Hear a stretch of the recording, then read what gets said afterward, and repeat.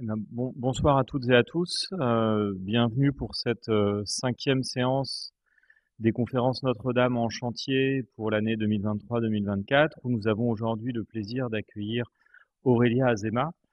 Alors Aurélia Azema qui est docteur en chimie, qui est responsable du pôle métal du laboratoire de recherche des monuments historiques, où elle est ingénieure de recherche, et donc qui travaille bien entendu dans le cadre de ses missions de service sur l'étude générale des monuments historiques, mais également qui anime un certain nombre de thématiques de recherche, notamment des thématiques développées là récemment dans le cadre de Notre-Dame sur le brunissement du pont, dont il sera sujet un petit peu tout à l'heure, et qui a été très tôt impliqué sur le chantier de Notre-Dame dès les lendemains de l'incendie pour participer à la récupération et à la fouille de l'ensemble de ces vestiges, et qui, par ses travaux, a naturellement pris part aux travaux du groupe de travail métal du chantier scientifique euh, CNRS ministère de la Culture, dont elle va nous présenter certains aspects dans le cadre de cette présentation, en insistant, avec le titre de cette présentation, le métal dans la construction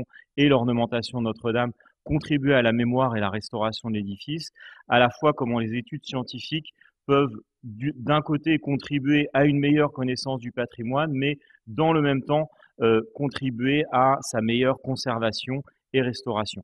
Donc Aurélia, je te remercie beaucoup d'avoir accepté de venir présenter ces travaux pour le GT Métal du chantier scientifique Notre-Dame, et je te cède la parole.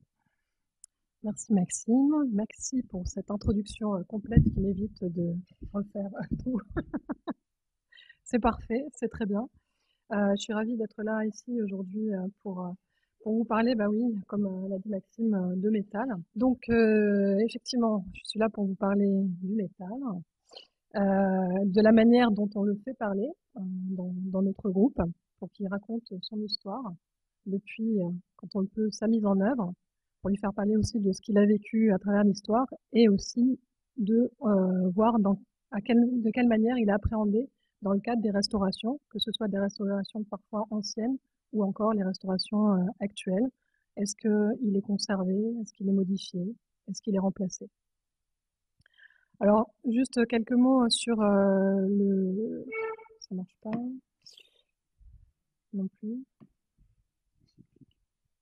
J'appuie pas assez fort. Donc, je parle pas assez fort. Je n'appuie pas assez fort. Quelques mots sur le groupe de travail métal que vous a présenté tout à l'heure Maxime. Donc, ce groupe de travail il est constitué d'une vingtaine de personnes avec des compétences très différentes et voilà, qui viennent d'institutions très variables. Vous avez ici une liste non exhaustive, mais des personnes qui ont travaillé sur l'ensemble des choses dont je vais vous parler tout à l'heure.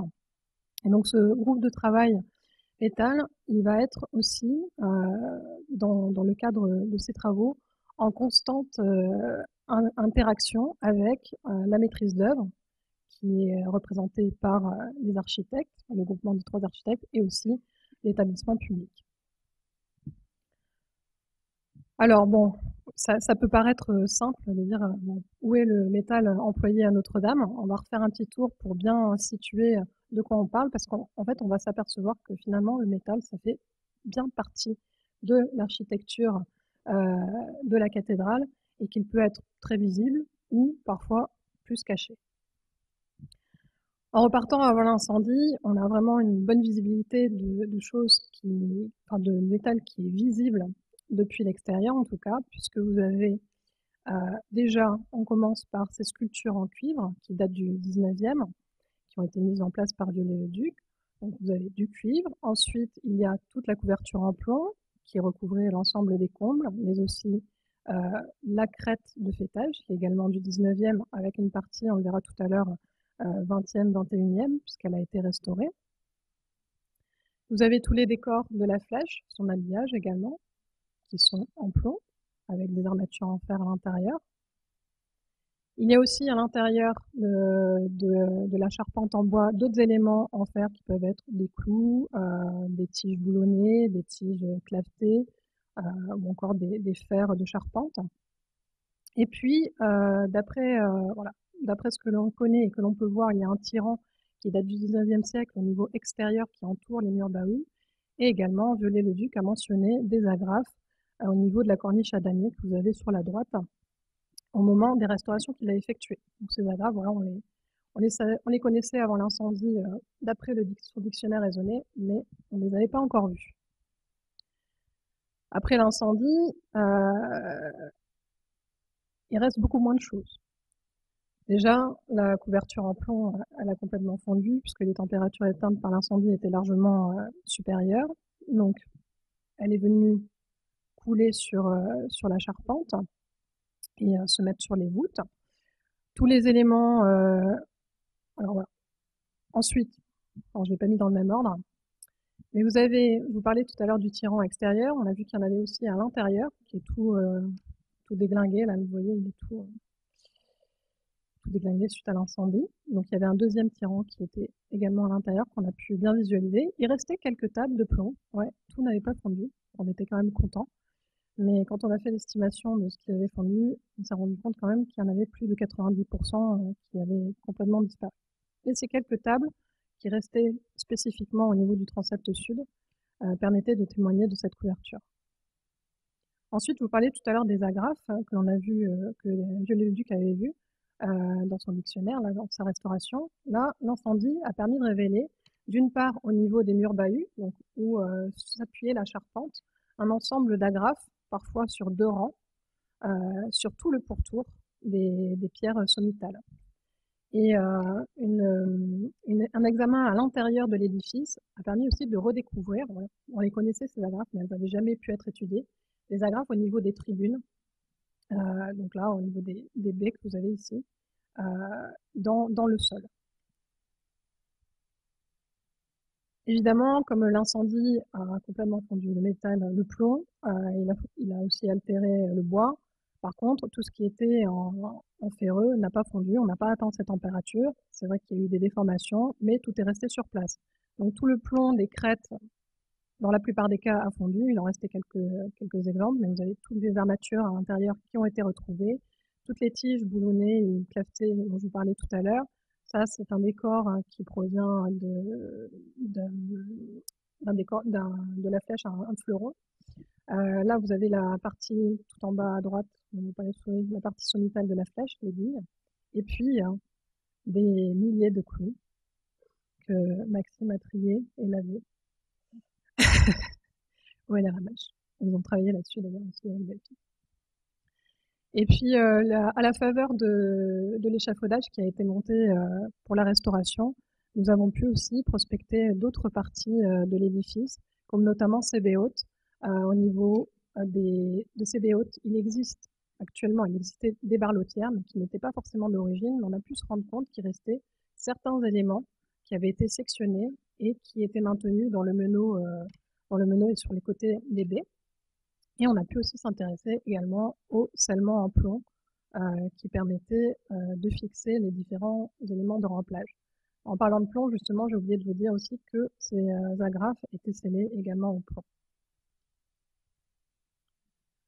Alors justement, à travers voilà, tout ce métal qui pose des questions à différents niveaux, justement, dans le cadre du travail du groupe des groupes de travail métal, l'idée était de faire parler ces différents métaux selon leurs différents usages, mais aussi selon les différentes époques où il a été employé.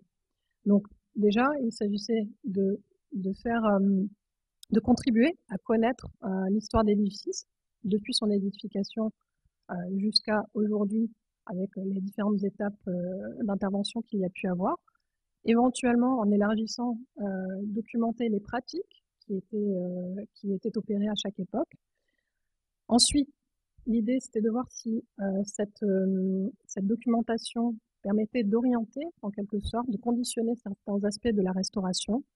Et puis enfin, vous verrez que dans une certaine mesure, l'idée est aussi de voir comment se comportent ces matériaux sur le long terme et comment on peut les suivre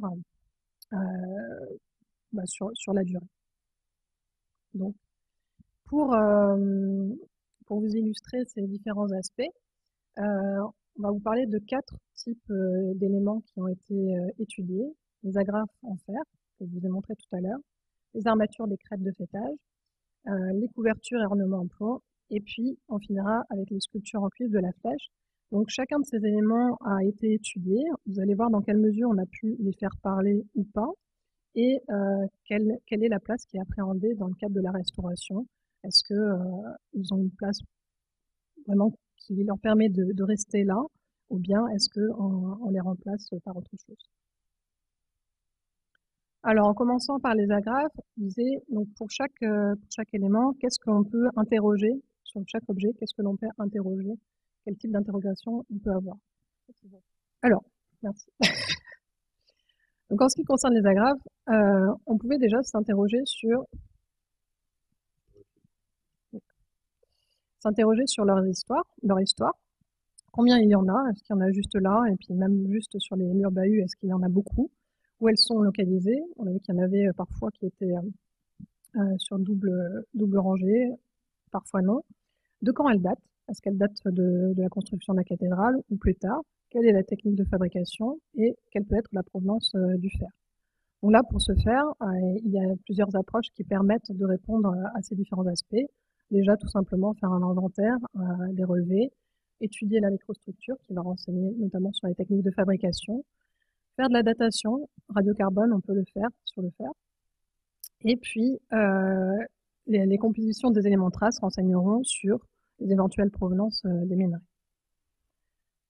On peut s'intéresser également aux propriétés mécaniques de ces agrafes, parce que si on souhaite les réemployer, est-ce qu'elles ont les bonnes propriétés? Est-ce que les propriétés sont suffisantes? Et quelle est la qualité de ce métal? Donc pour ce faire, la microstructure enseignera également sur la qualité du métal, ainsi que sa composition en éléments traces, et puis bien sûr la réalisation de tests mécaniques. Il y a aussi un aspect structurel qui consiste à essayer de savoir pourquoi ces agrafes ont été mises en place, ont-elles une réelle fonction dans le maintien de la cathédrale, de la structure de la cathédrale. Donc ça, c'est un travail qui est fait avec des modélisations en interaction étroite avec le GT Structure. Et puis il y a un autre aspect qui est un peu en parallèle de ces agrafes, c'est vraiment évaluer l'impact de l'incendie, à l'instar de ce qui a été fait sur les bois. Il est possible également, en étudiant les modifications des couches de corrosion superficielle des agrafes, d'évaluer la température qui a été atteinte dans les zones où étaient placées ces agrafes. Alors, là, dans tous ces éléments, je ne vais pas parler de tout, mais ce sont les différents axes qui ont été abordés dans le cadre de nos travaux du GT. Alors, pour les agrafes, pour ce qui concerne déjà cet aspect-là, comment on a pu les inventorier et les compter, il y a plusieurs phases. C'est vrai qu'au moment de l'incendie, on ne savait pas trop comment tout allait pouvoir évoluer, et il était important pour nous d'avoir vraiment un contexte de ces agrafes. Et dans ce cadre-là, on a été vraiment très très vite sur le chantier pour pouvoir aller les compter, les mesurer, les identifier. Et dans ce cadre-là, il n'y avait pas encore d'échafaudage. Donc, nous avons dû faire des formations, nous encorder, et puis travailler soit très tôt le matin, soit très tard le soir, pour ne pas gêner les travaux de déblaiement des voûtes. En ce qui concerne les tribunes, c'était un peu plus simple puisqu'on était à l'intérieur. Donc voilà, vous avez deux types d'agrafes que l'on a étudiés dans un premier temps. Et ensuite, au moment du chantier de restauration, les échafaudages ont été mis en place, et puis on a eu aussi la chance de pouvoir recruter quelqu'un en doctorat, Mathilde Bernard, ici présente, qui s'est mise corps et âme dans ce sujet pour approfondir les premières études que nous avions faites. Donc là, on a pu accéder à la majorité des agrafes, mais il fallait quand même travailler en même temps que la restauration qui avait lieu. Donc voilà, il y avait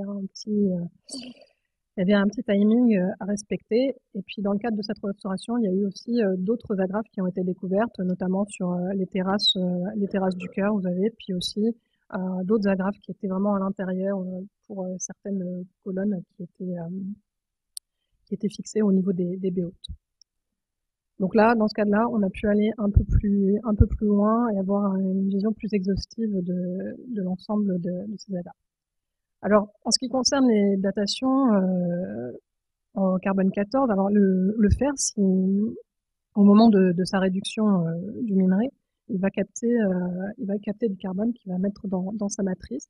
Et donc, ce carbone, il peut être extrait pour pouvoir être analysé en radiocarbone 14.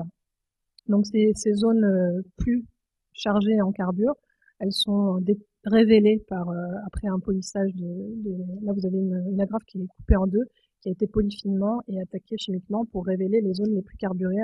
Elles apparaissent en gris clair. Donc, les analyses, qu'est-ce qu'elles ont révélé? En ce qui concerne en particulier les agrafes des tribunes et des murs bahus, eh bien, on a pu avoir des dates très très anciennes qui sont contemporaines de la construction de l'édifice, avec un intervalle de 50 ans environ entre les tribunes et puis les murs bahus. Il paraît aussi que cette date de 1160, c'est la date la plus ancienne que l'on ait pu détecter sur l'usage du fer dans l'édifice gothique. Je me confirme, c'est ça.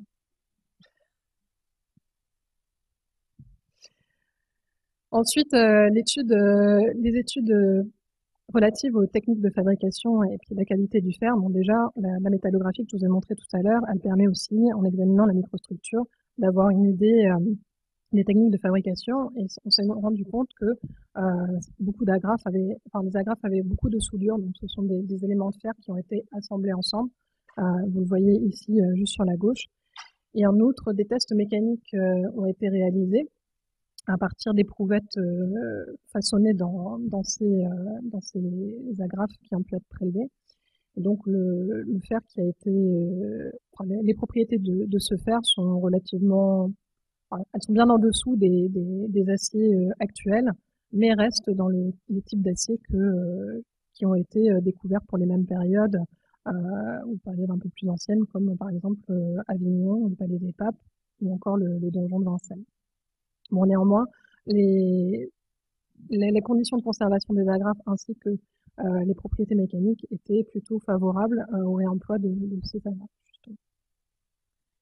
Un autre aspect qui a été bien approfondi par Mathilde, c'est que donc voilà, il y a une partie sur la typologie de ces agrafes, leur dimension, leur épaisseur. Donc on voit qu'on a une répartition un peu variable, encore que on est souvent autour des 50 cm, et puis une épaisseur un peu variable également, qui peut être tributaire de la forge, de l'atelier de forge, des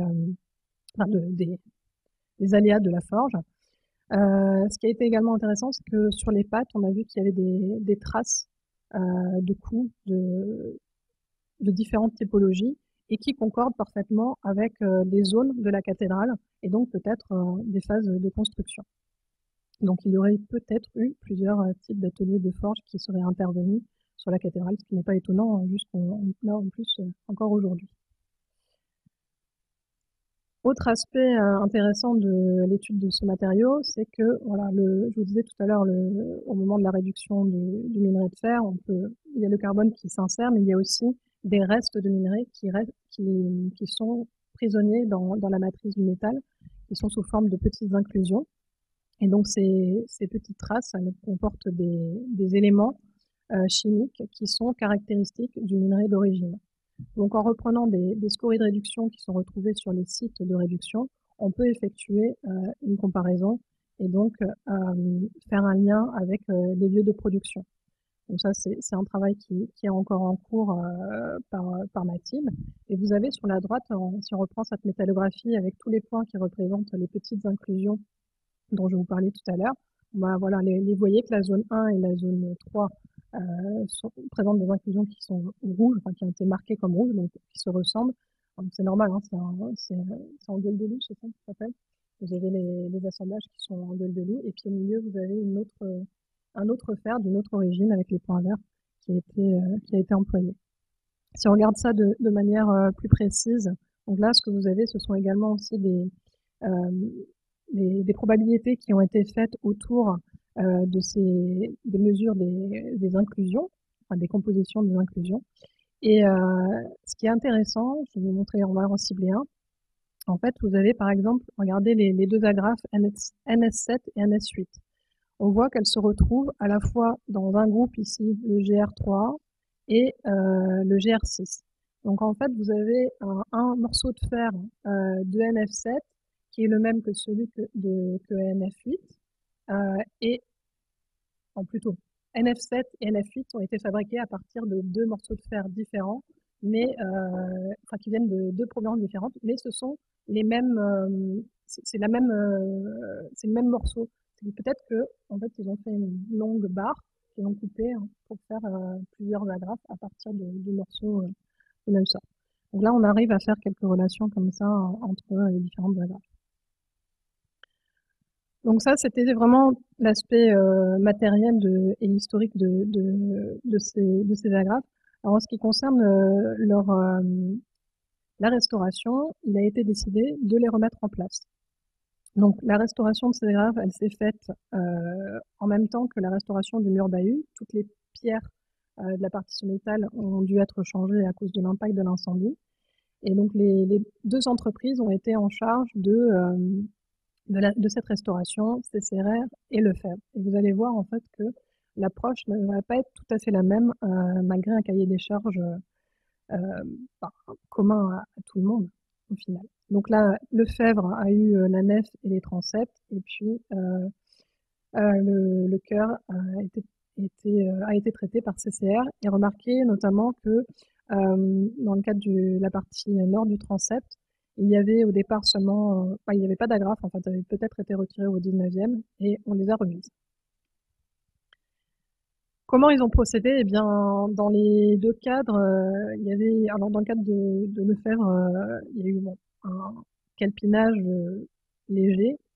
Dans le cadre de CCA, il y a eu vraiment un calpinage très précis, c'est-à-dire qu'ils ont repéré l'agrafe, elle était à tel endroit et ils l'ont remise au même endroit et presque dans le même sens. Chacune des agrafes était examinée en fonction de son état de conservation et puis dans le cas où elle n'était pas réemployable, Mathilde les récupérait pour faire des analyses approfondies et on les remplaçait avec des agrafes en laiton, c'est ce qui a été choisi par les architectes, avec un laiton qui a des propriétés mécaniques semblables à celles du fer que l'on avait. Et puis, dans le cas où elles étaient réemployées, eh bien, elles étaient abrasées jusqu'au fer, traitement anti-corrosion et remise en place, remise en place au niveau du mur bahut. Dans le cadre de CCR, les trous des agrafes étaient faits vraiment à chaque fois en dimensionnant spécifiquement, enfin, selon la dimension de l'agrafe qui devait être à cet endroit-là. Par contre, dans le cadre de l'entreprise Lefebvre, les, les, les plaques de pierre étaient percées en atelier selon un gabarit spécifique. Et donc, comme vous avez vu qu'il y avait une variation des dimensions, eh bien, il y a certaines agrafes qui n'ont pas pu être remises à cause de ça. Donc, Mathilde a pu en récupérer d'autres. Et puis pour finir, comme elle l'était déjà, du plomb a permis de sceller l'ensemble de ces éléments, du plomb qui était soit réemployé, notamment par CCR, soit avec du plomb neuf. Le plomb réemployé, c'est celui qu'ils ont réutilisé soit des agrafes, soit d'autres éléments de couverture. Donc voilà l'approche qu'il y a eu sur ces agrafes-là. Est-ce que... oui, j'ai oublié. Juste pour vous montrer en fait le cahier des charges initial qui avait été proposé et ou mettre en évidence le fait que voilà, quand on a un cahier des charges, il y a une directive qui est posée, mais on n'est jamais à l'abri de variations, soit qui sont dues aux aléas du chantier, soit aux aléas propres vraiment aux artisans qui interviennent. Donc la totalité des agrafes devait être déposée, ça c'est bon, ça a été fait. Relevé, photographie, marquage des agrafes selon le calpinage, ça n'a pas forcément été fait par l'ensemble des artisans. Il y a eu un tri, ils avaient une prévision de 80% de réemploi, ça je crois que ça a été fait, ça a été respecté. Ensuite pour la restauration des agrafes, bon là je vous l'avais dit, ça c'était vraiment ce qui a été fait. Et puis vous voyez les trous de section carrée, bon finalement on est plutôt à des trous de section circulaires, mais ça ne change pas grand-chose en histoire. Est-ce que je fais une pause là pour des questions ou à la fin, parce que comme je change vraiment de sujet, ouais, donc à la fin. Ok. Alors pour les armatures des crêtes de fêtage, je vous ai dit tout à l'heure, elles sont toutes tombées sur les voûtes. Donc de quoi on parle plus précisément? Vous avez ici un élément de crête, enfin, deux éléments de crête. Il y a la partie fleur avec les volutes, puis la partie épi avec une espèce de grappe de raisin, comme on disait. Voilà, ces deux éléments, et donc qui étaient fabriqués en plomb. On reverra tout à l'heure la technique de fabrication plomb. Et à l'intérieur, il y avait vraiment un ensemble d'armatures que l'on a défini comme ici. Donc les F, c'est pour les fleurs, avec les volutes que vous aviez sur les côtés, qui ont été retrouvées souvent séparément les unes des autres, et puis les axes centraux des grappes qui se ressemblent également. Alors, quel type de questionnement, à l'instar de ce qu'on a fait pour les agrafes, quel type de questionnement on pouvait avoir autour de ces agrafes? C'était notamment au départ une demande des architectes de savoir s'il existait encore des agrafes d'origine. Parce que je vais vous expliquer pourquoi elles ont été changées. Il y a eu une restauration, plusieurs restaurations qui ont eu lieu entre le XXe et le XXIe siècle. Donc comme les agrafes, l'idée c'était de quantifier et de localiser ces armatures, de savoir quand est-ce qu'elles dataient, quelles étaient les éventuelles différentes techniques de fabrication et s'il y avait des typologies différentes selon les époques. Donc là, pour ça, on est toujours dans l'idée de faire un relevé et puis des observations, et également faire appel aux archives. Il y a certaines archives de restauration qui sont disponibles, car récentes. Y avait-il des propriétés mécaniques suffisantes pour employer ou pas? Quelle était la qualité du métal? Donc là, ce sont les mêmes types d'interventions qui ont été effectuées que pour les agrafes. Et donc voilà, quand on les a récupérés, ces éléments d'armature, ils étaient soit sur les voûtes, soit empêtrés dans l'échafaudage, sous cette forme. C'est relativement lourd quand même. Et puis, c'était plein de plomb également. Alors, ces crêtes de fêtage, en fait, elles ont été, je l'ai dit tout à l'heure, elles ont été mises en place par Viollet-le-Duc au XIXe siècle. Et là, vous avez sur ce dessin l'ensemble des phases que Viollet-le-Duc a mises pour pouvoir mettre en place ces crêtes. Et on a superposé les phases de restauration qui ont été effectuées entre le XXe et le XXIe siècle. Donc, vous voyez que de août 55 à janvier 1864, on est quand même à 7 phases d'intervention de Viollet-le-Duc. Donc, il a fait sa crête en 7 fois, sur un intervalle quand même assez long, presque 10 ans. Et puis, entre 79 et 2010, il y a eu 3 restaurations. D'abord la partie ouest de la nef, ensuite chœur et sud du transept, puis le reste de la nef et enfin transept nord. Donc si on imagine qu'à chaque intervention, il y a pu avoir modification de ces armatures, on pourrait avoir au maximum une dizaine de types d'armatures employées. Alors, quand on a récupéré ces éléments, on a vu qu'il y avait des typologies un petit peu différentes, mais pas toujours évidentes à distinguer. Donc les examens, les classements typologiques qui sont fondés notamment sur la forme entre les pattes de ces armatures, la forme de la bague ici, des volutes. Là, on a un élément qui est plutôt rectangulaire, alors que là, ça se voit pas très bien, mais vous imaginez que c'est plutôt arrondi. Et puis des petits détails, comme ici, une petite zone de renflement qui permettait de fixer justement les volutes, de les empêcher d'aller plus bas sur la tige centrale, qui était soit rectangulaire, soit un petit peu arrondie. Donc ces petits détails ont permis de faire quelques types. Donc vous en avez deux sortes. Alors vous voyez qu'en fait, pour les fleurs, on a jusqu'à 6 types, enfin 7 puisqu'on a F de bis.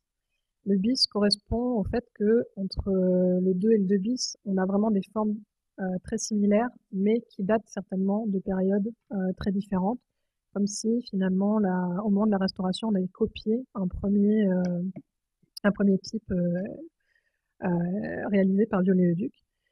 Et vous voyez par contre que pour tout ce qui est volute, on n'a pas réussi à identifier 6 types. Donc il y a certainement certains types qui faisaient partie de plusieurs types de fleurs ou types de grappes.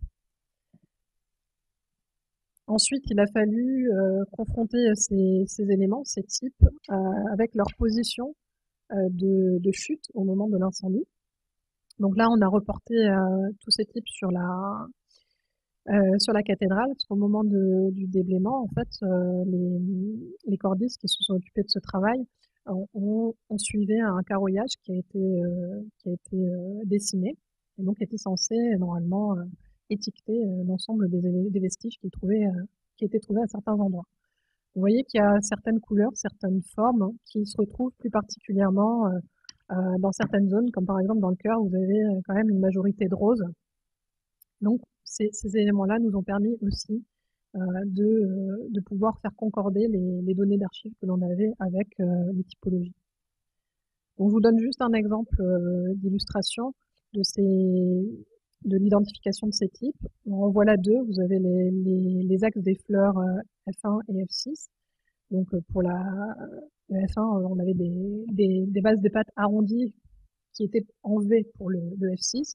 Vous aviez un petit élément d'armature centrale qui avait un trou juste à cet endroit-là que l'on n'a pas retrouvé ailleurs. Et puis on avait aussi un état de conservation assez différent. On a vu également qu'il y avait des restes soit de peinture, soit de galvanisation. Donc ça, avec certaines données des archives, on pouvait retrouver les correspondances. Le type F1 était essentiellement retrouvé dans la nef, alors que le type F6, on va le retrouver plutôt dans le sud du transept et le chœur.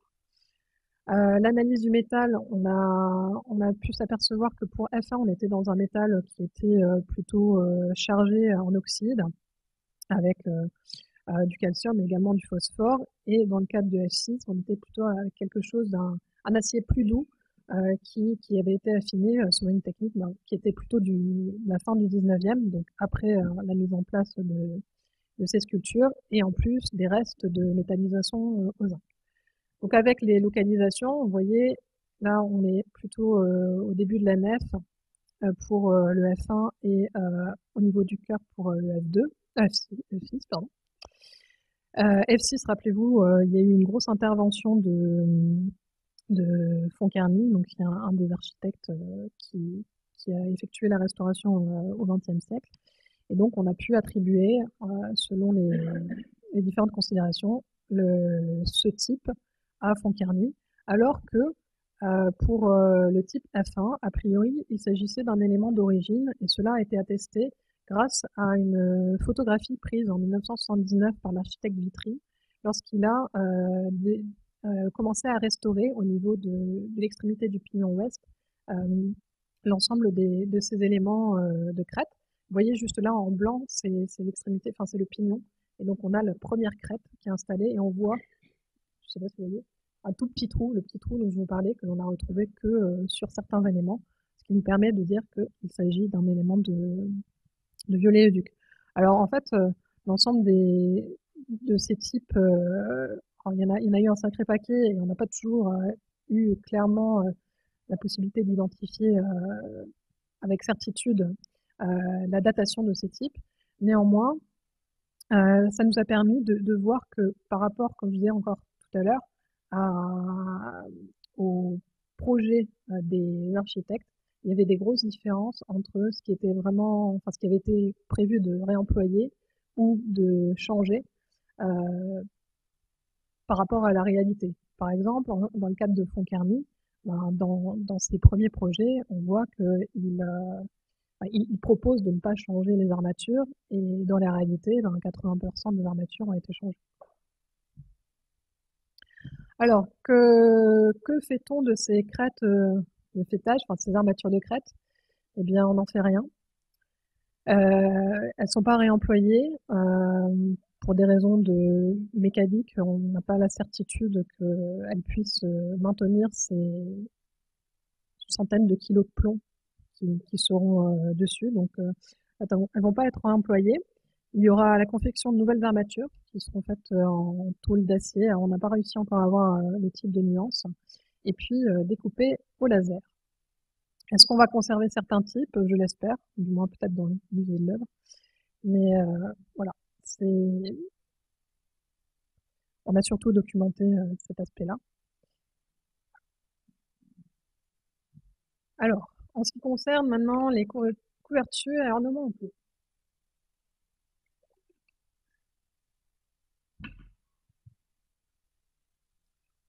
Alors, même, même principe que tout à l'heure, qu'est-ce qu'on peut, enfin, comment on peut interroger ce plomb? Qu'est-ce qu'on peut lui demander? Comment on peut le faire parler? Si je vais en arrière, ça va pas. Alors, même topo que pour ceux précédemment, les matériaux précédemment exposés. Quelle quantité de plomb, bien sûr. De quand il peut dater ce plomb? Quelles étaient les techniques de fabrication ou la technique de fabrication employée? D'où il vient? Et est-ce qu'il a pu être recyclé? Oui, je vous le disais tout à l'heure, hein, le plomb est fond à une température plutôt basse, donc il est facilement recyclable et réemployable. Donc là, pour ce faire, il y a également voilà, un inventaire à faire, mais encore qu'on n'a pas pu faire beaucoup, vu qu'il ne restait pas grand-chose de conséquent. Un gros travail d'archives et puis on peut aussi étudier la microstructure pour avoir une info sur les techniques de fabrication et analyser les éléments traces qui vont renseigner aussi sur le type de plomb, les éventuels recyclages et puis bien sûr les analyses isotopiques pour ce qui est provenance. Après, il y a un autre aspect qui est plus sur la dimension vieillissement des matériaux. Donc le brunissement du plomb, j'y reviendrai tout à l'heure. C'est un phénomène qui apparaît depuis quelques dizaines d'années et que même si on l'a identifié, on ne comprend pas encore bien pourquoi il se forme. Donc là, dans le cadre de ce travail, vous verrez qu'on on a identifié les composés, on a regardé s'il y avait des impacts au niveau de la composition notamment, et puis il y a en cours des tests de vieillissement en chambre climatique pour voir si l'environnement a un impact. Il y a eu aussi un gros travail qui a été effectué notamment par Marie Godet en postdoctorat sur l'impact du plomb lors de l'incendie avec les autres matériaux. Et on se dit qu'en fait, on a entendu beaucoup parler de ce plomb, où est-ce qu'il est allé, etc., qu'est-ce qu'il a fait. Donc il y a eu un travail aussi avec Sophie Hérault, bien sûr, pour le traçage isotopique de ces poussières. Mais Marie Godet, elle a surtout travaillé sur l'aspect matériaux de ces éléments. Et donc, pour identifier quelle était la nature de ces poussières, des composés qui ont été formés, à quoi ça ressemble, comment on peut les reconnaître. Et d'ailleurs, grâce à ça, on a pu savoir que finalement, la poussière, entre guillemets, les dépôts de l'incendie n'ont pas été effectués sur l'ensemble de la cathédrale à l'intérieur. En fait, la flèche, quand elle est tombée côté ouest, elle a fait un trou, il y a eu vraiment un gros nuage qui est rentré à l'intérieur, qui est allé se mettre sur les premières chapelles et sur l'orgue, ça c'est vrai. Mais au niveau du cœur, il n'y avait aucune poussière de plomb, on n'a pas retrouvé ces billes. En conséquence, la restauration était certainement un petit peu plus simple dans ces zones-là. Et ces travaux-là ont permis également euh, avec le travail du LRMH sur les différents matériaux, d'identifier des protocoles de restauration pour chacun des matériaux et éliminer les poussières qui pouvaient exister dans certaines zones. Donc ça, c'est tout ce que je viens de vous dire. Et puis, il y a encore une dimension qui a été abordée, c'est l'impact sur l'environnement cette fois des couvertures en plomb lorsqu'il y a la pluie qui tombe dessus, le ruissellement, les eaux de ruissellement, qu'est-ce qu'elles emmènent comme plomb. Donc, dans ce cadre-là, il y a eu un contrat de recherche qui a été établi entre le laboratoire du Lésu, qui est spécialisé dans tout ce qui est effectivement impact des couvertures sur l'environnement, et qui ont permis voilà, de quantifier un peu plus précisément les quantités de plomb relerguées par une couverture neuve ou plus ancienne. Alors, si on en vient à la description de cette couverture, déjà en ce qui concerne la datation, alors on sait que la cathédrale a eu depuis le début une couverture en plomb, et notamment par le fait qu'il y a eu à sa mort une donation de Maurice de Sully pour 200 livres pour pouvoir faire la couverture en plomb. On peut voir sur ce dessin là, très, je sais pas si ça très bien, mais vous voyez que les tables de plomb, elles ont l'air d'être posées en ligne, il y a des lignes comme ça, donc ça nous donne peut-être un indice sur le type de pose qui était employé. Ensuite, il y aurait eu peut-être une autre couverture, parce que dans la période après, vers le XIIIe, il y a eu un incendie, enfin, une réélévation du chœur, donc il y a certainement eu des travaux qui ont fait peut-être une deuxième couverture ou un complément de la première, mais on ne sait pas bien. Par contre, au XVIIIe siècle, là, c'est certain qu'il y a eu une deuxième couverture qui a été faite à partir de plomb totalement neuf et qui a été financée notamment par le cardinal de Noailles. Et là, dans ce cadre-là, le plomb, les tables de plomb n'avaient pas du tout le même aspect. Vous voyez qu'elles ont été posées de manière horizontale. Elles étaient très grandes, elles faisaient plus de 3 mètres, donc pas du tout la même technique employée. Et puis, au XIXe siècle, Viollet-le-Duc commence la Restauration et donc re- revient à une pose verticale qui aurait été celle d'origine, en utilisant notamment une partie du plomb de l'ancienne couverture. Il y a des archives qui attestent du réemploi de ce plomb. Donc on a estimé pour la couverture à 224 tonnes. Et puis il crée la flèche avec sa partie plomb aussi, ainsi que la crête et la couverture de la sacristie, bien sûr. Puis entre 1979 et 2010, la crête a été entièrement restaurée et ensuite tout a brûlé. Alors les techniques de fabrication de ces éléments en plomb, donc d'abord vous avez tout ce qui est couverture. Alors c'est le procédé. Aujourd'hui, le procédé qu'on utilise souvent, c'est plutôt du plomb qui a été laminé, c'est-à-dire un plomb qui a été coulé puis roulé entre deux rouleaux. Donc c'est une technique de fabrication qui a commencé au XVIIIe siècle. Mais là, Viollet-le-Duc a voulu remettre en œuvre une technique qui était employée au Moyen-Âge, qui consiste à couler du plomb sur un lit de sable. Vous en avez un exemple ici. Le plomb vient sur ce lit de sable et la dimension, elle est assurée avec une sorte de râteau pour avoir quelque chose d'homogène. Donc, ces tables de plomb coulées sur ça. En ce qui concerne les éléments de crête, alors les éléments de crête, on a vu tout à l'heure les armatures qui sont à l'intérieur. Ils sont constitués de tôles de plomb qui ont été façonnées sur une matrice. Et ils sont élaborés en au moins 2 coques qui sont assemblées ensuite ensemble par brasure, c'est-à-dire un plomb éteint pour étanchéifier l'ensemble et fixer les 2 coques.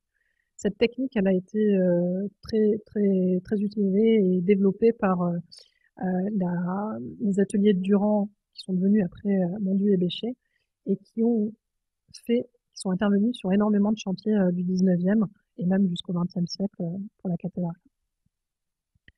Alors je vais vous juste présenter un aspect des études sur le plomb, enfin, des études de la matière vraiment, et une application. Donc ce plomb, on a pu le prélever des petits morceaux et on a pu notamment réaliser des analyses chimiques permettant de donner les concentrations élémentaires précises des différents alliages, s'il y en avait, éléments d'alliage s'il y en avait, mais il n'y en avait pas, et surtout des traces qui étaient présentes. Et ces analyses seront suivies par des isotopies, des analyses en isotopie également. Alors pourquoi faire ce type d'analyse? En fait, les teneurs en éléments traces et les types d'éléments traces qui existent, en fait, elles sont liées au type de procédé d'extraction. Donc ça peut donner une information sur d'où vient, comment le plomb a été extrait. Témoigne aussi du recyclage, on va le voir juste après. Ils peuvent aussi refléter, comme pour le faire, de la signature géochimique du minerai, d'où vient le minerai. Et puis bon, bien sûr, ils vont conditionner aussi les produits de corrosion qui vont se former. Alors par exemple, pour le cas des plombs là, de la couverture, on a noté qu'il y avait des grosses variabilités de l'élément éteint, suivant le type d'usage de plomb, que ce soit le grand comble, donc toutes les couvertures, la couverture de la sacristie, les couvertures de la flèche, et puis les chéneaux. Ces chéneaux, en fait, ils datent plutôt du XXe siècle. Ce sont des éléments qui ont été remplacés au cours des différentes restaurations. Donc vous voyez que entre les parties 19e et 20e, on a vraiment des teneurs en étant extrêmement faibles, alors beaucoup plus faibles, alors que dans certains cas, comme dans les couvertures des grands combes, on est un peu plus élevé et on a une grosse disparité de la sacristie. L'étain est un marqueur de recyclage, puisque en fait, quand vous avez une couverture en plomb, on va venir faire des soudures, enfin des brasures plutôt, soit pour assembler les éléments, soit pour réparer, et ces brasures, elles contiennent beaucoup d'étain. Donc après, quand vous recyclez l'ensemble, ça fait augmenter la quantité d'étain qu'il y a initialement. Donc la présence, elle est vraiment liée à ce phénomène-là. Et d'ailleurs, bon voilà, ça se voit bien dans la matière, rien que comme ça, mais ça a été confirmé par les analyses qui ont été faites des archives, puisque vous voyez déjà quand on a pu repérer, il a été attesté que du plomb recyclé a été employé pour notamment la partie nord du transept, pour les 2 tours, ainsi que la sacristie. On suppute aussi que c'était le cas pour le reste des grands combles.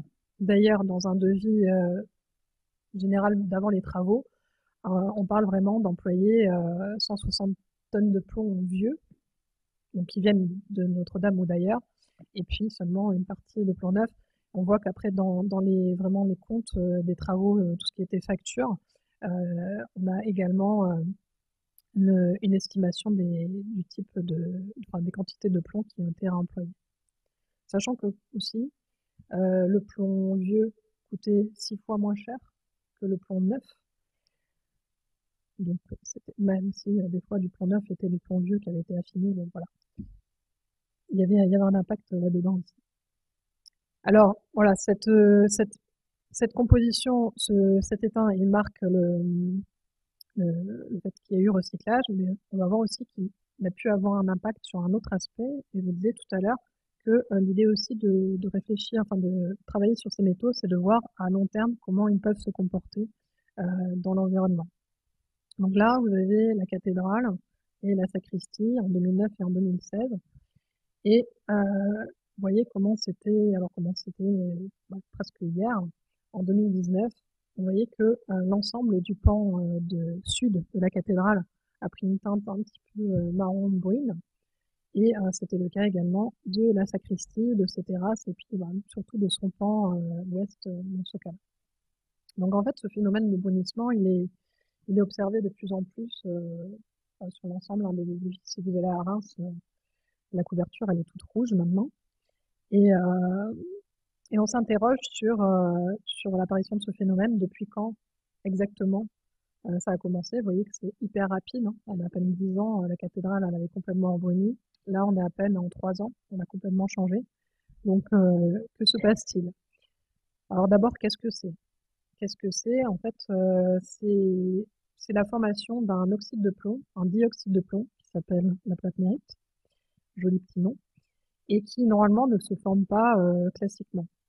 Habituellement, ce que vous avez dans la platmérite qui se forme, ce sont des sulfates de plomb ou bien des carbonates de plomb, qui ont une couleur plutôt blanc-gris. Donc c'est l'aspect, en fait, le plomb au départ il est plutôt sombre, noir, et il va devenir plutôt gris-blanc.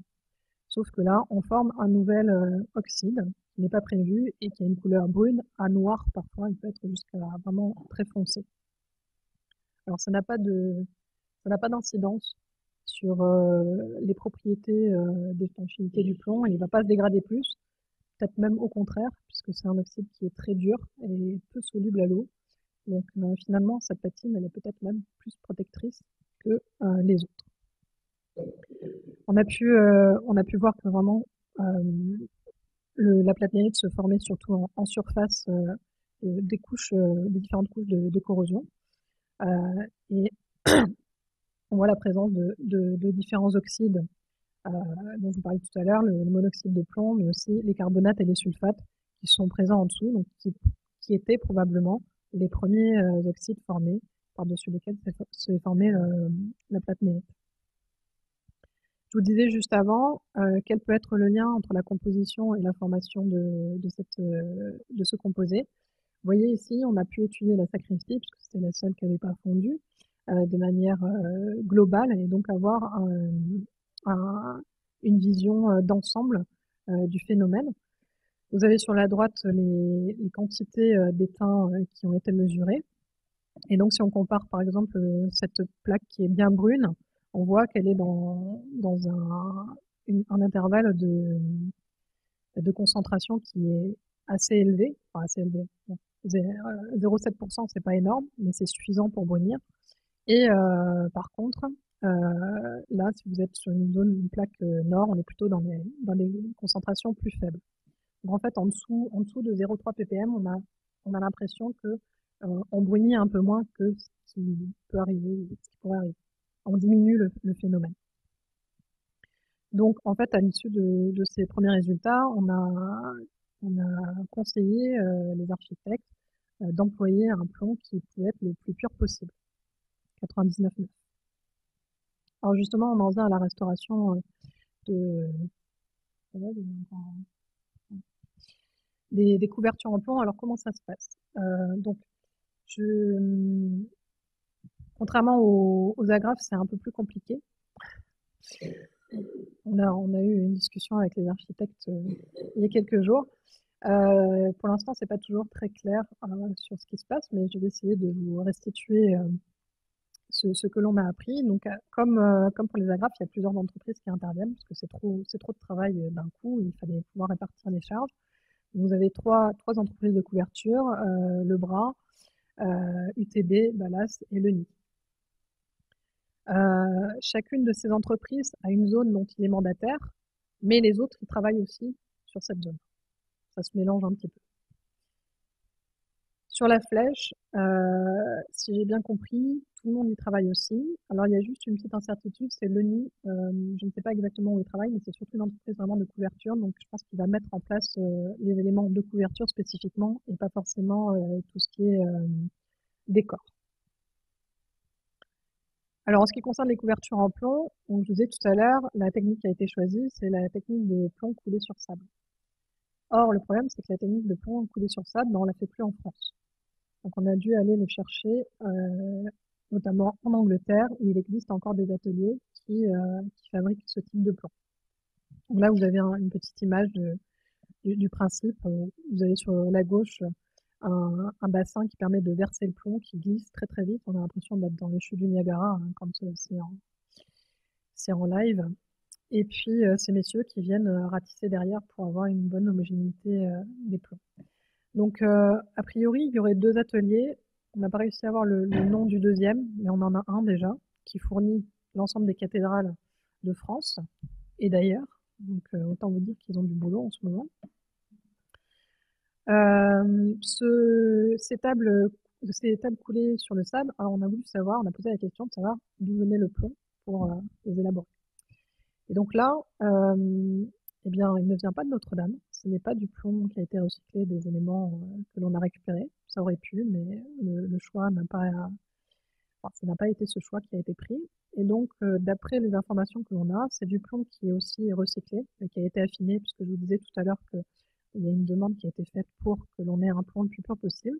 Et ce plomb recyclé, ben, il vient d'où? Il vient de tous les démontages que peuvent faire les couvertes, enfin les ateliers qui sont présents en Angleterre. Donc on a du plomb qui vient d'Angleterre de démontage, de petits machins qui traînent et qui a priori est affiné. Et d'ailleurs, moi j'ai trouvé là hier, je cherchais des infos sur cette entreprise et j'ai même lu qu'ils avaient marqué spécifiquement qu'on leur avait demandé du plomb pur à 99,9. Donc j'étais contente, je me suis dit c'est bien, ils ont suivi nos directives. Ces tables collées sur sable, elles sont ensuite roulées, conditionnées et elles traversent la Manche pour venir dans les ateliers des différentes compagnies dont je vous avais parlé tout à l'heure. Donc il y a un atelier commun qui a été mis en place, un atelier Notre-Dame à Gennevilliers, dans lequel toutes les tables de plomb sont façonnées, découpées, préfaçonnées. Donc elles sont conditionnées, voilà, toutes prêtes, elles arrivent toutes prêtes sur le chantier. Donc là, je parle vraiment des couvertures. Et puis, il y en a aussi certainement qui passent dans les ateliers de Lebras à Jarny et peut-être de Dardilly. Ça, on n'est pas bien sûr de comment ça se passe. Donc ces tables, elles sont façonnées avec des machines pour donner les formes que vous avez ici. Et puis, on sait aussi qu'il y a eu un montage qui a été fait à Blanc chez Lebras, donc dans l'atelier de Jarny, pour spécifiquement l'aiguille de la flèche. L'ensemble de ces tables sont ensuite conditionnées. Apparemment, il y a même eu une entreprise qui a conditionné des palettes spéciales pour le transport de ces éléments. Et ils sont mis en attente à la cathédrale, dans diverses zones de stockage. Là, il y a une barge qui appartient à Ballas, je crois, où vous ne voyez pas du tout, mais croyez-moi, il y a des tables tables de plomb qui attendent d'être mises en place. Et donc à la fin, ça donnera quelque chose comme ça.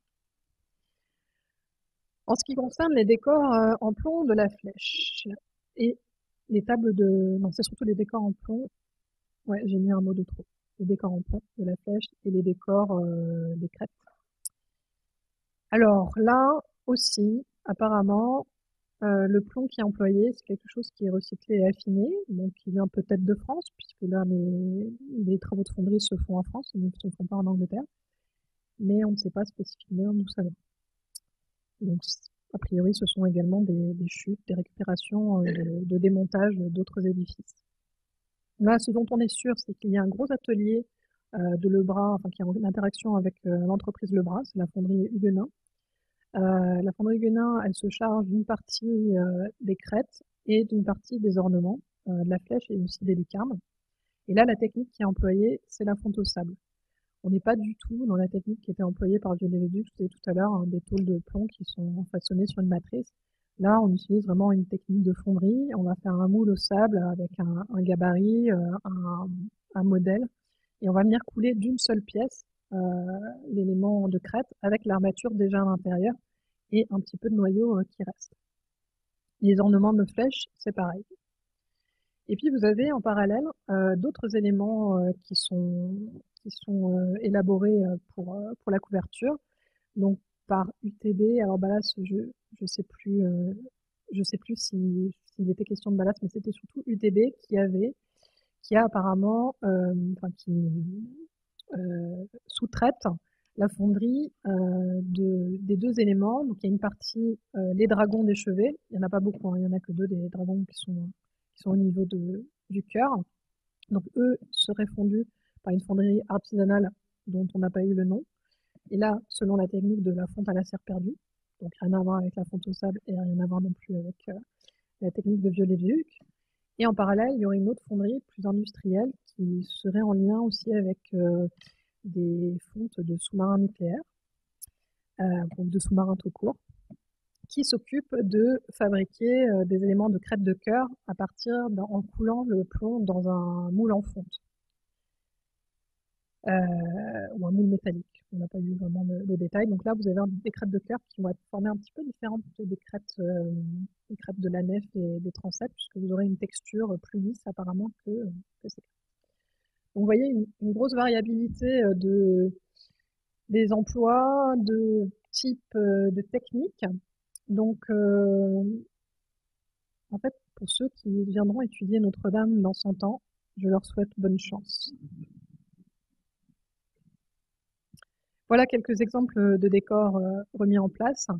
Vous avez ces éléments de crochet là qui ont été faits en fonte au sable, d'autres éléments de décor ici. Alors ils ont tous été chemisés à l'intérieur avec du cuivre étamé pour apparemment avoir une certaine rigidité.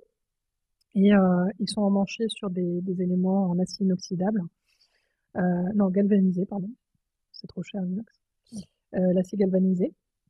Ils sont montés sur la flèche. Donc là, en ce moment, si vous allez vous promener à proximité de la cathédrale, c'est le moment d'y aller parce qu'ils ont démonté une partie de l'échafaudage et ça, vous ne le reverrez plus. La partie couverte de plomb, une partie, vous avez encore le bois apparent. Ça va pas durer longtemps. Allez le voir, c'est assez joli. Alors, je vous disais tout à l'heure, c'est histoire de 99% neuf, là. Donc l'établissement public et les architectes, la maîtrise d'œuvre, ont souhaité qu'il y ait un contrôle de ces compositions, parce que comme en plus vous avez vu, hein, le plomb, on ne sait pas trop d'où il vient, comment il est affiné. Donc il y a un contrôle aléatoire qui se fait. Il y a deux entreprises, Acoros et Epitopos, qui ont été mandatées pour faire ces contrôles aléatoires. Donc ils vont dans les ateliers des différents mandataires. Et ils ont aussi été, je crois, dans les fonderies d'Angleterre, il me semble, voir directement ces éléments.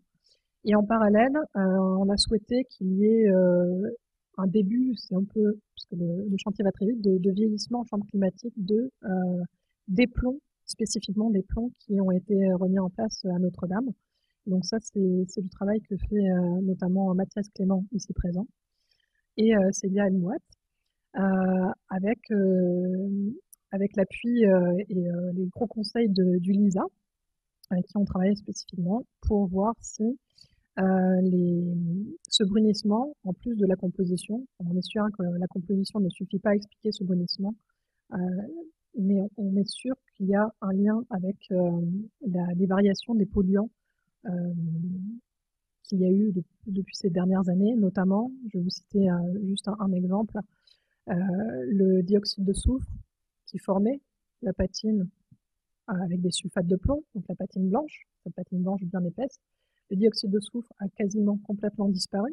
Il y a 50 ans, il y en avait 200 fois plus. Donc vous avez un polluant qui permettait de faire une patine qui a disparu. Et en parallèle, vous avez l'ozone qui augmente quand même pas mal depuis ces 30 dernières années. Or, l'ozone, c'est un très fort oxydant qui permettrait de former justement cet oxyde qui ne se forme pas normalement dans les conditions juste avec du dioxygène. Donc voilà, on est en train de regarder ce que ça donne avec ces chambres climatiques, ces petits coupons. Et puis on part aussi de poudre pour voir la réactivité. Voilà pour les couvertures en plomb. Je vais terminer par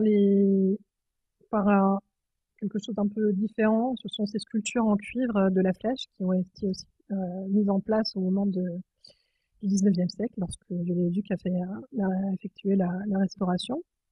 Donc ces sculptures en cuivre, elles n'ont pas du tout subi l'incendie puisqu'elles ont été démontées juste avant, quelques jours avant, 4 jours avant, je crois. Et donc elles sont parties, elles ont suivi leur cours prévu pour leur restauration. C'est juste que là, elles patientent un petit peu plus longtemps avant d'être remises en place. Et d'ailleurs, si vous voulez les voir complètement restaurées, elles patientent actuellement à Chaillot. Euh, voilà, elles patientent. Alors donc ces sculptures, il y en a 16, vous avez 12 apôtres et 4 évangélistes, qui ont été réalisées encore une fois par les ateliers de Monduit et Bécher. Donc cette technique en fait de fabrication, elle a été vraiment beaucoup utilisée au 19e et notamment par cette entreprise pour faire des décors de nombreux édifices. Tout à l'heure, on regardera sur la cathédrale de Dijon et notamment, bien entendu, la fabrication de la Statue de la Liberté. Donc, le sculpteur, c'est Adolphe Victor Jeanfroy de Chaume, que vous connaissez probablement. Et donc, vous voyez que là, les sculptures, elles sont assez légères. Hein. On porte la tête de Viollet-le-Duc sans problème. On peut même la mettre à l'intérieur. Alors, ces sculptures, elles sont fabriquées en cuivre, mais pas que. Vous avez un ensemble, une peau de cuivre élaborée en plusieurs pièces qui sont assemblées aussi par brasage, c'est-à-dire un alliage de plomb et d'étain. Et à l'intérieur, pour maintenir cet ensemble, vous avez une crinoline en fer. C'est très très fin. Vous voyez, c'est 1 millimètre, voire un peu moins. C'est quelque chose de vraiment très fin. Et la fabrication, c'est aussi, c'est un peu comme pour le plomb, c'est un emboutissage en fait sur une matrice, sur un décor. Et vous avez vraiment la microstructure du métal avec ces petits grains qui est spécifique justement d'un métal qui a subi une préparation mécanique. Alors, une petite astuce aussi, c'est on pouvait se faciliter quand les sculptures ont été réalisées, ils se sont facilité la tâche en ne faisant pas 16 sculptures différentes. Ils ont fait des sculptures avec des corps qu'ils ont mixés. Vous voyez qu'en fait, il n'y a que 4 corps. Après, ils ont rajouté des attributs pour chaque apôtre, bien sûr. Il n'y a que 4 corps qui existent. Ils ont été répartis sur des axes différents de la flèche, pour pas que ça se voit trop quand même. Vous avez par exemple saint Thomas et saint Jude, vous les avez là. Donc saint Thomas, bon, il a perdu sa tête. Saint Thomas, c'est la tête de Viollet-le-Duc. Vous voyez qu'ils ont exactement le même corps. Il y en a un qui est comme ça et l'autre comme ça. Alors, quels aspects ils avaient à l'origine? Alors, oui, c'est vrai que je suis partie sur les sculptures, mais en fait, au moment de la restauration, on nous avait appelé parce que la peau de cuivre avait quelque chose d'un petit peu spécial, enfin pas habituel en tout cas, pour un vieillissement d'un cuivre en extérieur. Et donc on s'interrogeait sur leur aspect initial au moment de leur mise en place par Viollet-le-Duc. Là, on a quelques photographies qui montrent ces sculptures. Vous avez en 1860, donc juste après en fait leur mise en place sur la flèche. Vous voyez qu'elles apparaissent très très sombres par rapport à la couverture en plomb. Et 30 ans plus tard à peine, on est devenu déjà un peu plus clair. Donc on avait certainement quelque chose d'assez foncé à la base. Et les dessins qui ont été retrouvés dans les archives montrent des sculptures qui sont peintes plutôt sombres, marron sombre. Voilà, on avait une idée là-dessus. Alors, sachant que, en fait, quand vous avez du cuivre neuf, on part de quelque chose de rouge, on va avoir ensuite la cuprite qui se forme assez vite, une teinte un peu marron, alors que c'était la cuprite qui se formait là, probablement pas parce qu'on venait de les mettre en place.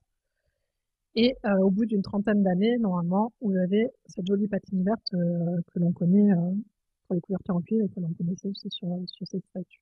Donc on pouvait se demander s'il y avait une évolution dans ce sens. Sauf que je vous disais tout à l'heure, quand on a été à l'atelier de la Socra, là, qui est mandataire de la restauration de ces sculptures, on s'est rendu compte qu'il y avait un écaillage très particulier de ces pots de cuivre. Vous voyez que vraiment on avait l'impression que ça partait comme une peinture et en dessous il y avait une surface bleue qui se dégageait. Je vous ai mis en parallèle à droite une autre couverture en cuivre qui a été exposée un peu moins longtemps à Strasbourg. On voit pas du tout ce type d'écaillage et on voit pas non plus du tout cette couleur bleue. En outre, alors là vous avez un autre exemple, vous voyez cet aspect de dégradation. Et en outre, on voit également sur certains apôtres, là c'est Saint-Matthieu, il y avait des zones abritées, on voyait cette patine verte qui était par-dessus les joints en plomb éteint, donc le plomb éteint c'est plutôt gris. Et dans les zones lessivées, bon, les joints on les voyait très très bien. Donc on dit que de toute façon, il y avait forcément une patine qui était appliquée, au moins pour masquer ces joints. Alors on a voulu faire voilà, naïvement juste une analyse d'une écaille verte. Et bon, ben, on a vu que c'était de la brocantite. La brocantite, c'est quelque chose que l'on trouve naturellement sur du cuivre, des toitures de cuivre, donc ça nous a pas du tout avancé. Et en outre, là vous avez une coupe, une analyse MEP de cette zone-là, donc on est à cheval sur la zone bleue et la zone verte, et on pouvait voir surtout que la zone bleue était plus riche en cuivre. Bon, ben ça nous avance pas grand-chose non plus parce que quand on étudie des couvertures en cuivre, il y a toujours un petit peu de chlore qui est vraiment à l'interface juste entre la cuprite et puis la brocantite. Donc ça nous a pas permis vraiment d'identifier et de comprendre ce qui se passait à part l'écaillage. Donc ce qu'on a voulu faire, c'était voir si on pouvait pas comparer ces patines avec d'autres sculptures qui n'auraient pas subi un vieillissement en extérieur. Alors, il se trouve que les ateliers Monduit, enfin une partie des ouvrages des ateliers Monduit ont été cédés au château de Pierrefonds comme collection. Et il y avait notamment de nombreux éléments qui étaient des modèles d'exposition qui ont été employés pour les expositions universelles ou comme dans leur catalogue, si vous voulez, qui sont conservés là-bas et qui ont leur double réel dans la vie réelle, dans une fonction, dans un bâtiment. Donc c'est le cas de cette dame-là, Alix de Vergy, qui est en fait exposée à la cathédrale Sainte-Bénigne de Dijon, ou encore l'Ange de Lude, qui est à la cathédrale de Reims. Alors pour l'Ange de Lude, il me semble qu'en plus il est doré, donc de toute façon, enfin, l'Ange de Lude, non seulement je crois qu'il est doré sur la cathédrale de Reims, mais en plus, vous voyez que c'est quand même pas super accessible. Donc même si l'Ange de Lude, on a pu regarder la patine de la sculpture qui est conservée à Pierrefonds, on a pu faire une comparaison plus avec Alix de Vergy, encore que fallait aussi là s'encorder et mettre un peu de nez dans le vide. Donc on a pu, voilà, vous avez la flèche de la cathédrale de Dijon qui a été faite un petit peu plus tard que Notre-Dame de Paris, mais aussi par les ateliers Mondiaux. Donc on avait un même fabricant. On s'est intéressé notamment aux passerelles et puis donc à notre église. Et vous voyez juste pour Voilà, c'est 1882, donc on est 20 ans plus tard que Notre-Dame de Paris. Vous voyez une photographie, on voit aussi que les sculptures sont assez sombres comme, c'était le cas pour, Notre-Dame de Paris. Et aujourd'hui, ben, on est tout vert. Il se trouve qu'on a retrouvé le même type, d'écaillage sur les rambardes et aussi sur Alix. Alors sur Alix, c'était un peu difficile parce qu'on a pu accéder qu'à la base, vous voyez que j'étais accrochée au pilier et que je ne bougeais plus. Alors qu'on le voyait sur la tête, mais on ne pouvait pas aller faire de microscopie là-dessus. Donc, croyez-moi, il y en avait aussi de l'écaillage comme sur Saint-Mathieu de Notre-Dame. Là, ici, on vous présente en fait différentes coupes stratigraphiques qui ont été faites sur des prélèvements de ces différentes statues. Donc, Saint-Mathieu de Notre-Dame, Alix de Vergy, pour comparer une couverture en cuivre qui a vieilli naturellement pendant 50 ans, et puis nos deux sculptures qui ont été conservées en intérieur depuis leur création. Donc on a voulu, en fait, on a fait le raccourci peut-être, mais on s'est dit que si ces sculptures elles avaient été patinées de cette manière-là, euh, pour des modèles d'exposition, pourquoi on n'aurait pas utilisé également ces mêmes recettes dans le cadre des édifications comme Notre-Dame ou la cathédrale Saint-Denis. Donc on a voulu comparer. Vous avez ici les coupes en microscope optique, microscopie électronique à balayage, et puis nos interprétations sur les différentes compositions. Alors la première chose que l'on peut voir, c'est que quand même, à chaque fois où vous avez eu des sculptures, on a vraiment un clivage entre la couche de patine et la couche du support, du substrat. Donc, comme si le fait de faire une patine artificielle s'accroche pas aussi bien qu'une patine qui est développée naturellement. Donc ce clivage, on va le retrouver à chaque fois. On va le retrouver sur Saint-Mathieu, on va le retrouver sur Alix, et puis les statues qui sont conservées à Pierrefonds, on le voit aussi. Par contre, on ne le voit pas du tout sur une couverture qui a vieilli naturellement en extérieur. Donc ça peut être un indice. Ça, on le sait hein, quand il y a un patineur qui va faire une patine, il dit bah, elle tient pas, elle accroche pas, et une patine artificielle. Et il y a vraiment des problématiques qui sont liées à ça. Ensuite, autre chose intéressante, alors il n'y a pas vraiment de grosse correspondance entre, par exemple, si je me mets sur Alix de Vergy, vous avez la version marron et la version verte. Ce que l'on peut voir notamment grâce au mail, c'est que la patine brune, elle est surtout, qui apparaît plutôt verte là d'ailleurs, elle est surtout composée d'aluminium, enfin des aluminosilicates qui peuvent être reliés notamment à la présence d'argile à l'intérieur. Et il y a un petit peu de fer également. Et surtout, on a vu dans certaines zones des éléments circulaires. Ces éléments circulaires, ils sont caractéristiques de quelque chose, d'un matériau qui a chauffé, comme des cendres par exemple, qui auraient pu être mises en place pour pouvoir faire cette patine. On a détecté de la cire aussi, hein, ça c'est quelque chose d'assez classique. Mais en tout cas, pas de recette hyper compliquée, peut-être plus quelque chose qui correspondait à un revêtement plus qu'à une patine chimique qui serait intervenue. Par contre, dans le cas de nos sculptures exposées en extérieur, ben, c'est difficile de retrouver les mêmes choses. Là, vous allez me dire, oui, ok, mais il y a de l'aluminium silicium en surface, enfin, il y a du fer, mais c'est surtout localisé en surface. Et là, ça va plus correspondre à des dépôts atmosphériques qu'à vraiment des restes de patine. Donc finalement, les patines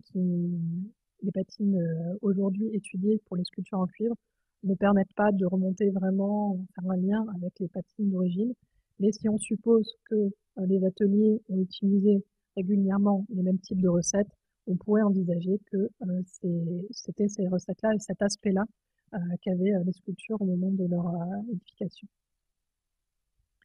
Juste quelques mots sur la restauration. Je disais tout à l'heure qu'il y a eu lieu donc, dans les ateliers Soukra, en Dordogne. Donc, les sculptures ont été complètement abrasées. On est revenu à la peau de cuivre. Elles ont été démontées pour la plupart des cas parce que l'armature en fer à l'intérieur présentait vraiment parfois des gros problèmes de corrosion. Le plomb et le fer, quand ils sont en contact, ça vous fait une grosse pile de corrosion, une grosse corrosion galvanique qui se fait. Donc le fer se corrode encore plus vite que s'il était tout seul lorsqu'il est en contact avec le cuivre. Donc voilà, les armatures étaient vraiment très, très abîmées. Et donc il y a eu un traitement de ces armatures quand elles étaient réemployables avec une peinture anti-corrosion. Et même, vous voyez, les bandes blanches Ce sont des bandes de téflon qui permettent d'isoler la peau de cuivre par rapport aux armatures. Et dans le cas où les armatures n'étaient plus réemployables parce qu'il ne restait plus rien, il n'y avait plus aucune section, elles ont été remplacées par un autre acier. Les tôles de cuivre, quand elles étaient un peu déformées, elles ont été reformées par martelage. Et puis, voilà, tout l'ensemble a été réassemblé par brasage, plomb éteint, comme avant. Et quand il y avait aussi des petites réparations à faire, c'était avec le plomb éteint. Et pour finir, donc avec ce qui avait été vu, notamment dans les archives, parce qu'en fait, le travail que je vous ai présenté, on l'a fait bien après, ça prend du temps et la restauration va toujours plus vite. Malgré cela, d'après les archives qui avaient été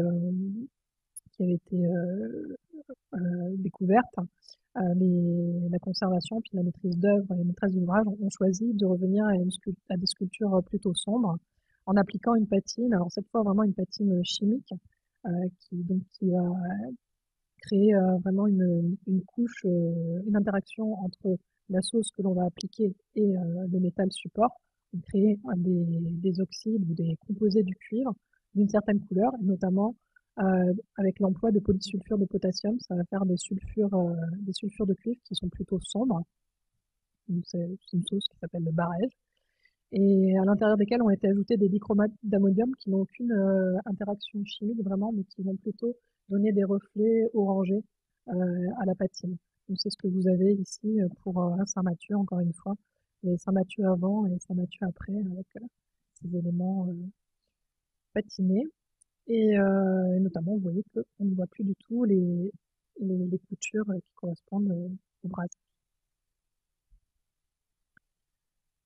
Alors évidemment, là, je me fais le porte-parole de tout ce travail, mais c'est un travail d'équipe qui se fait au sein du GT Métal, bien sûr, mais aussi en interaction avec toutes les personnes qui s'activent fortement sur Notre-Dame.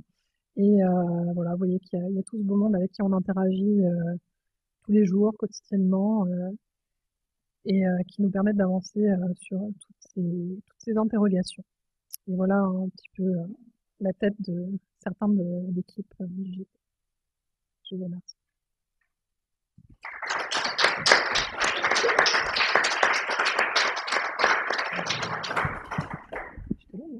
Merci beaucoup, Aurélien, de nous avoir transporté dans Notre-Dame toutes ces coutures, en atelier de restauration aussi, nous avoir montré la grande diversité des études historiques, archéologiques, chimiques qui ont lieu au sein du GT, au sein du LRMH aussi, et qui permettent d'aborder des thématiques qui vont de la connaissance du chantier médiéval, de savoir comment le fer arrive sur le chantier, jusqu'à comprendre comment les matériaux s'altèrent aujourd'hui, avec le cas du cuivre là qu'on vient de voir, le cas du plomb aussi qui fait l'objet d'une ANR qui va se poursuivre sur des années, et d'avoir insisté sur le lien entre ces études scientifiques et la restauration, qui permet aussi, et c'est peut-être quelque chose qu'on n'a pas vu moins vu dans les précédentes conférences, je trouve, la façon de se réinterroger sur les pratiques de restauration actuelles. Alors je pense qu'on aura le cas de manière anthropologique avec les collègues anthropologues qui viendront le 4 juin pour la dernière conférence de cette année. Mais là, c'était plutôt de manière chimique et archéologique, et de voir pour des périodes de restauration, même des années 80, du XXe siècle, de voir qu'on peut les réinterroger, mieux les comprendre. Et en particulier, là, ce chantier du 19e, alors qu'Olivier Poisson nous avait présenté la dernière fois dans ses grands travaux, mais on voit que finalement, il y a encore un certain nombre de choses aussi à apprendre, et que c'est la restauration aujourd'hui qui nous permet, par l'objet et son analyse chimique, d'aller réappréhender ces choses-là que l'on n'aurait pas finalement dans les sources historiques nécessairement. Donc merci beaucoup. Aurélia, et je vais laisser la place à la salle, puis à distance après, où il y a de nombreuses personnes pour des questions. Voilà, on a le temps de prendre le temps, on ne se fait pas mettre dehors. Voilà. T'es sûr? Non. Alors, c'est toujours la première question que j'ai, en fait. On peut juste répéter la question pour ceux qui sont en ligne qui ne l'ont pas forcément entendu. Ah oui, ben la question c'est pourquoi on remet du plomb? Alors effectivement, comme Déjà sur l'aspect historique, comme on le disait tout à l'heure, il y a toujours eu du plomb, déjà.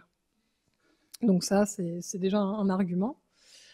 Ensuite, je vais parler de la partie vraiment matériaux, ses fonctionnalités. Le plomb, c'est quand même un matériau assez intéressant. Déjà d'une part, comme je disais tout à l'heure, il se recycle très facilement, donc il demande peu d'énergie pour être réemployé, donc un super recyclage. Ensuite, c'est un matériau qui est malléable, donc qui va épouser les formes très facilement, les formes qu'on va vouloir lui donner. Sur une couverture, c'est très important puisqu'on veut faire l'étanchéité de l'ensemble. Donc là, le plomb, c'est un des meilleurs pour faire ça parce qu'il est très malléable. Ensuite, le plomb, c'est un matériau qui absorbe très bien les contraintes de dilatation. C'est-à-dire il va pouvoir bouger. Si vous avez quelque chose de plus dur qui est à côté, ben, lui, il va absorber les contraintes de dilatation et ça, c'est à prendre en compte en architecture. Après, il me semble, mais ça moi, je ne peux pas vous assurer sur ça, mais apparemment, ça a aussi un impact au niveau de son poids dans le maintien de la structure. Vous savez, quelque chose de lourd. Donc, a priori, ça joue un rôle vraiment d'avoir cet élément-là. Si je reviens juste sur l'aspect historique aussi, que j'ai oublié, on disait bon, il y a toujours eu du plomb, mais aussi le plomb, mettre du plomb, mettre une couverture en métal, c'est quelque chose de prestigieux. En fait, ça a une dimension vraiment, oui, prestigieuse. On le fait que sur les monuments tels que les cathédrales ou les églises qui ont une certaine importance. Donc voilà, il y a quelque chose comme s'il était dans un écrin, une chasse. Qu'est-ce que j'oublie comme avantage encore? Ah oui, il résiste très très bien à la corrosion. Enfin, il résiste très, très bien dans nos conditions environnementales. C'est un métal qui va s'altérer très peu. Alors, je mets un point, un bémol quand vous avez des conditions particulières, lorsque il y a une charpente qui n'est pas forcément bien sèche, qu'il y a des tanins, et là, on risque d'avoir des problèmes. Mais, mais normalement, c'est un matériau qui tient très bien. Il a d'ailleurs été utilisé beaucoup pour des fontaines. Si vous allez à Versailles, la plupart des fontaines sont faites en plomb. Et hormis le fait qu'elles s'affaissent plutôt pas mal, au niveau corrosion, il n'y a pas des gros problèmes. A priori. Donc ça, c'est pour les gros avantages du matériau.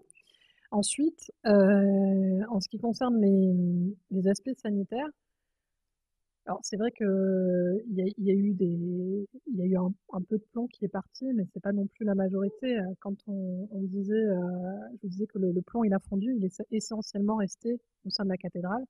Il est parti un peu, effectivement, il a formé des petites gouttelettes de poussière qui sont parties. Et, et bon, il y a des choses qui ont été retrouvées à proximité de la cathédrale, mais ce qu'il faut surtout pas oublier, c'est que du plomb, il y en a déjà plein à Paris. Et il vient notamment du plomb de l'essence. Il est présent dans les murs, partout. Donc dès qu'il y a de l'eau, ça lessive, le plomb, il vient se mettre un peu partout. D'ailleurs, avec l'étude de Sophie Hérault, on a pu voir notamment qu'on pouvait faire la différence entre le plomb de construction et le plomb de l'essence, puisqu'ils n'ont pas du tout la même signature isotopique. Donc ça, c'est plutôt intéressant. Mais les analyses qui ont été faites sur les poussières de Notre-Dame, ou les poussières qui ont pu être retrouvées un peu plus loin, ne permettaient pas d'établir une signature chimique super précise comparée aux autres sources de plomb liées aux couvertures.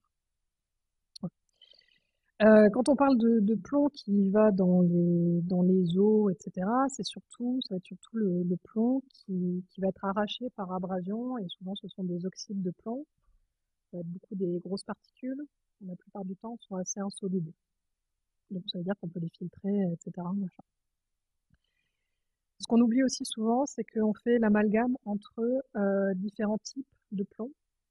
On va parler de peinture au plomb. Les peintures au plomb, c'est un type d'oxyde de plomb qui sont présents partout aussi sur des garde-corps de fenêtres, sur des jardins avec des grilles. C'est l'aluminium de plomb, vous voyez ce que c'est très orange. Donc ça, on va le retrouver un peu partout. Et quand on parle du plomb dans les habitations, souvent c'est lié à des peintures, etc. Donc là, en fait, on fait un peu l'amalgame entre ces 2 types de choses. Le plomb, il n'est pas forcément sous les mêmes formes. Quand vous avez une couverture en plomb, qui n'est pas encore corrodée, on est sur le plomb métallique et là, la dissolution, il y en a quasi pas et si on voulait avoir des problèmes, il faudrait l'ingérer volontairement, ce qui est possible, hein. Là, dans le cadre de Notre-Dame, en fait, si je me souviens bien, dans les résultats, je vous ai parlé tout à l'heure de l'étude de l'exfoliation qui a été faite sur les plombs. Donc, effectivement, bah, il y a du plomb, hein, qui va dans l'eau, mais il est possible d'en filtrer une grosse partie avec la mise en place d'un système. Et en outre, quand on calcule la quantité que Notre-Dame produirait euh, par an de plomb dans les eaux, on est à 0,03%, je crois, de ce que produit la capitale au total.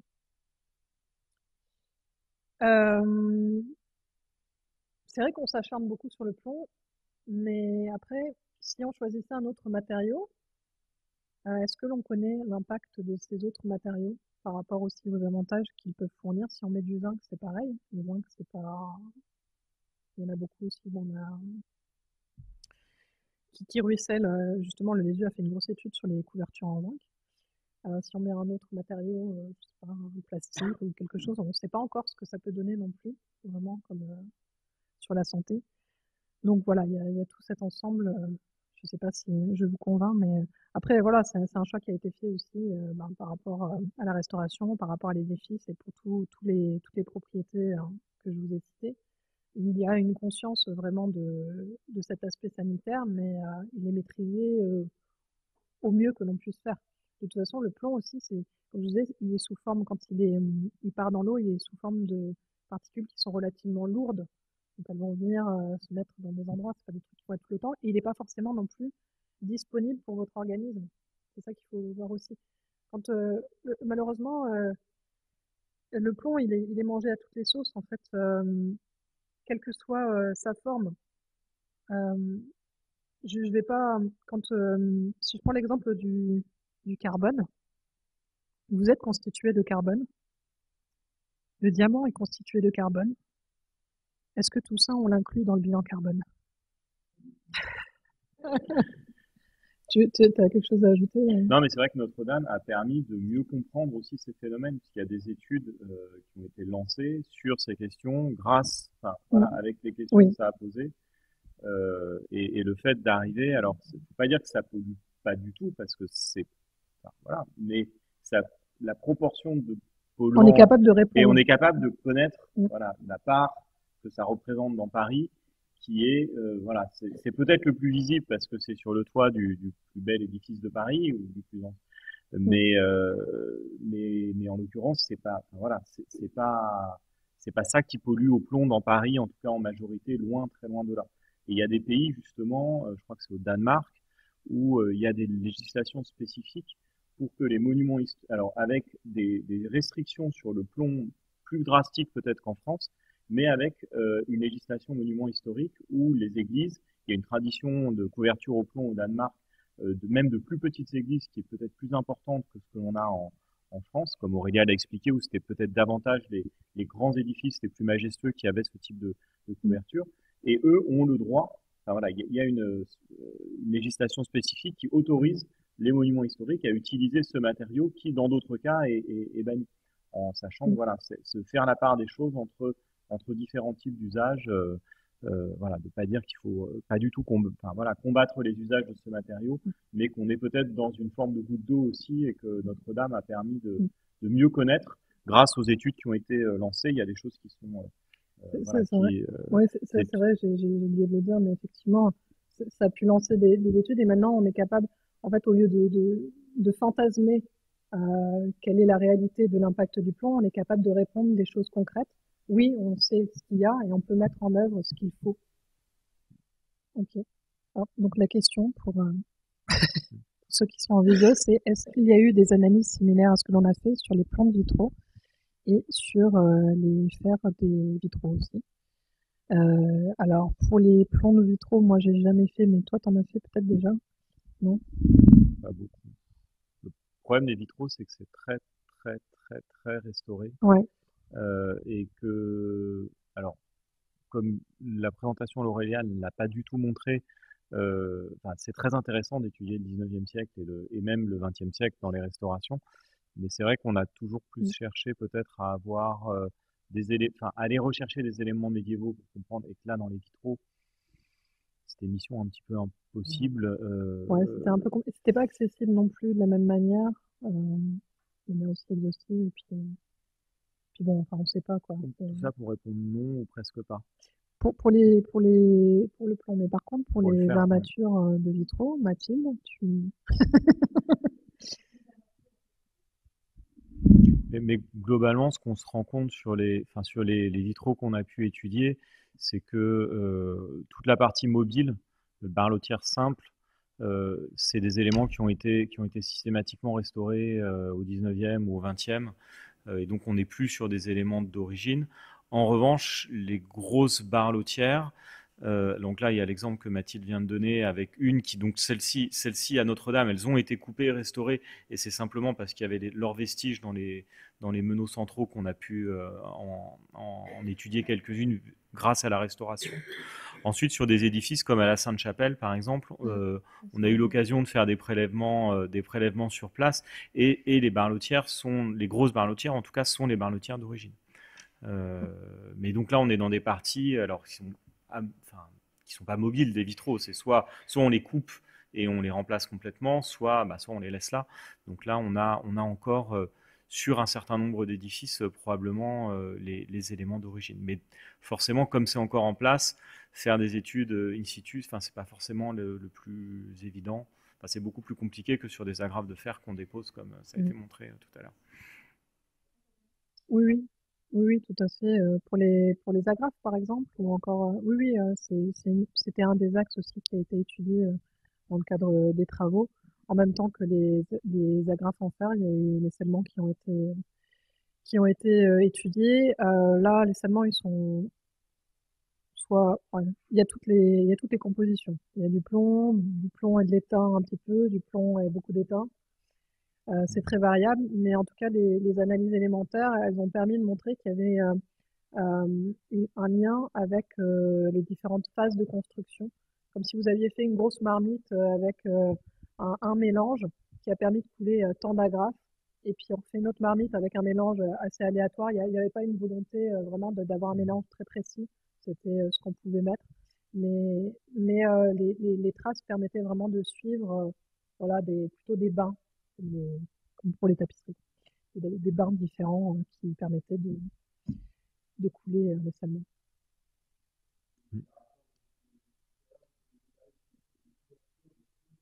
Mmh.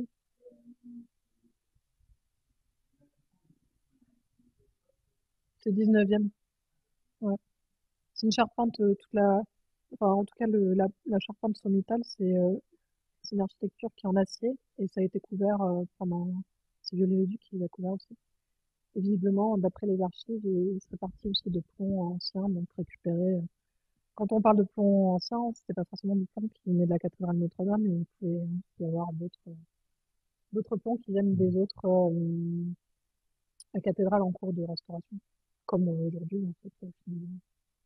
Parce que visiblement, ils prennent du plomb où ils en ont, quoi. Ensuite, en complément sur toutes ces études, un des intérêts aussi, ça fait partie des choses que Aurélia, enfin, a évoquées dans les questions, mais n'a pas pu développer déjà, vu qu'elle a développé énormément de choses.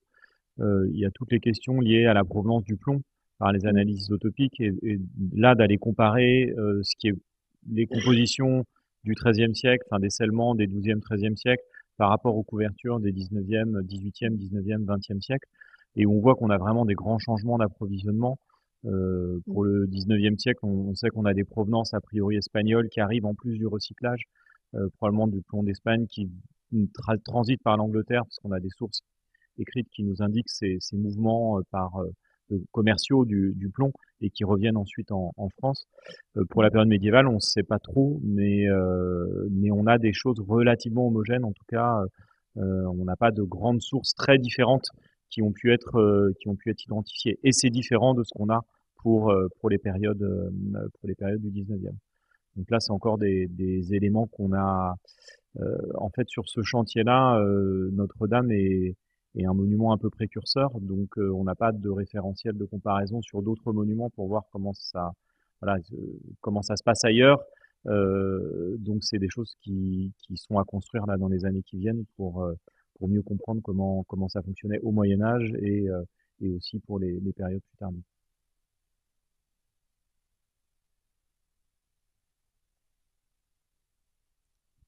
Est-ce qu'il y a des questions à distance aussi peut-être?